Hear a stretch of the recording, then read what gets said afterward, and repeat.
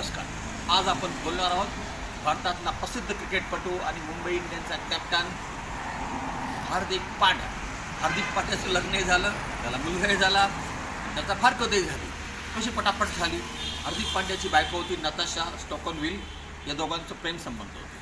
त्याच्यात त्यांनी लग्न केलं. 31 मे 2020ला त्यांनी उदयपूरला लग्न केलं, फेब्रुवारीमध्ये. नंतर फेब्रुवारीमध्ये त्यांनी लग्न केलं आणि त्यांनी पुन्हा व्हॅलेंटाईन डेच्या दिवशी पुन्हा लग्न केलं, दुसऱ्यांदा लग्न केलं. नंतर त्यांनी ख्रिश्चन पद्धतीनं लग्न केलं, त्यानंतर त्यांनी हिंदू पद्धतीनं लग्न केलं. तर सगळ्या पद्धतीनं त्यांनी लग्न केलं.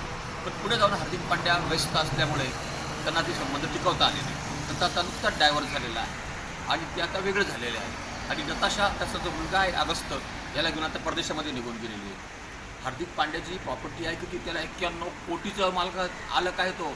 आणि दरवर्षी तो काही जाहिरात करतो, ॲड करतो, या सगळ्या माध्यमातून त्याला 5 कोटी